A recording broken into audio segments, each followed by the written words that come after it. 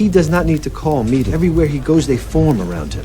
I mean, he's like an aircraft carrier in the center of a strike group. When he turns left, battleships, destroyers, subs, they all turn left with him. Just ask Thomas Edison. Nikola Tesla was told by Edison that he would receive $50,000 for redesigning his system of electrical current.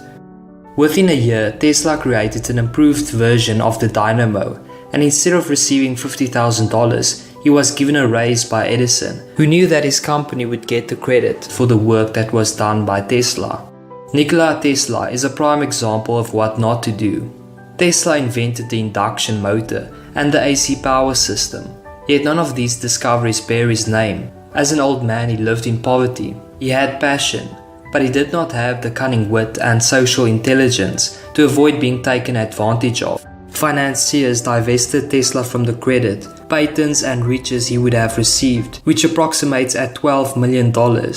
Tesla believed science had nothing to do with politics and wasn't a superficial man who cared about the fame or the riches. Many may admire him for his nobility, but his lack of care and ignorance to how the game of power and politics was played caused him to be taken advantage of many times. Tesla had all the great ideas and inventions, yet everyone else was stealing his patents and taking the glory for themselves. Tesla wanted to do everything on his own, but he exhausted himself in the process. This is a sad yet true story about a man who was obsessed with his work, yet really never got the accolades, the money, nor the respect that he deserved. Edison, on the other hand, saw the need to hire the best in the field to do work that he himself would take credit for. This is a cautionary lesson. 4 reasons why you should utilize others. The first reason: nobody likes a rundown, burnt out hero. If you insist on doing all the work yourself, then you will never get very far. Hiring someone to do the work for you will give you a godlike quality that others will admire. Take artist Peter Paul Rubens for example. He hired a vast array of outstanding artists to paint canvases, so that when a client would visit Rubens' studio, it appeared to the client that Rubens was working hard on his painting, when in essence the painting was already nearly finished. Learn to take advantage of other people's work to further your own cause. Time is precious and life is short. If you try to do it all on your own, you run yourself ragged, waste energy and burn yourself out. I watch people running toward the betting window with high hopes, no plan. Then I watch them walk away from the track, ripping up their tickets in disgust. You didn't bet? No, I bet, but first I figured out where the sharp action was, where the guys who had a plan were. They knew which drivers had been rested, they knew which horses were ready.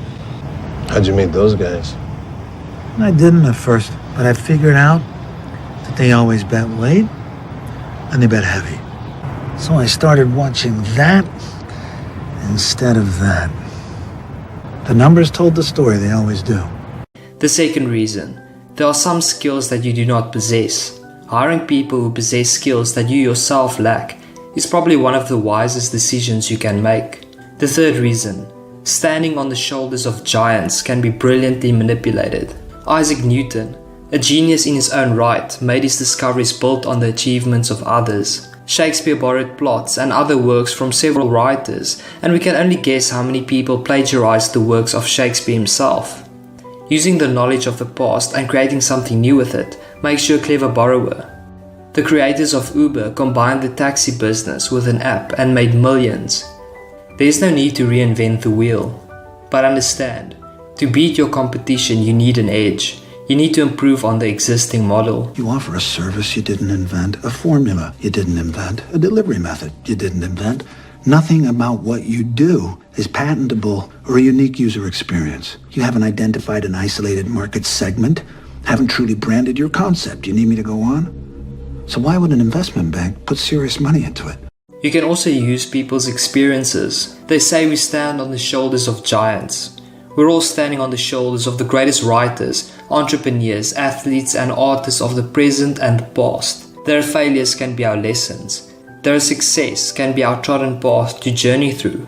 We have a great advantage. We have access to thousands of mentors online, entrepreneurs, athletes giving out free advice in the form of YouTube videos, articles, blogs, etc. We have access to hundreds of books written by great people in the past. You can slog through life, making endless mistakes, wasting time and energy trying to do things from your own experience, or you can use the armies of the past.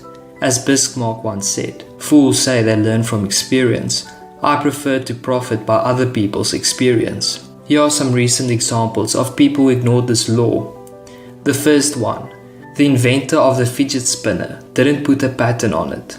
As the inventor of the original fidget spinner, the toy that has quickly become a craze in playgrounds around the world, Catherine Hettinger should be enjoying the high life, but the creator isn't making a penny off her invention. Even as the global sales of the gadget soar into the tens of millions and suppliers struggle to meet massive demand. Now, while the manufacturers and retailers who are selling the modern day versions of the toy rack up huge profits, its inventor struggles to make ends meet. Picture the vulture. He has it easy. The hard work of others becomes his work due to their failure to survive, and they become his nourishment. Keep an eye on the vulture.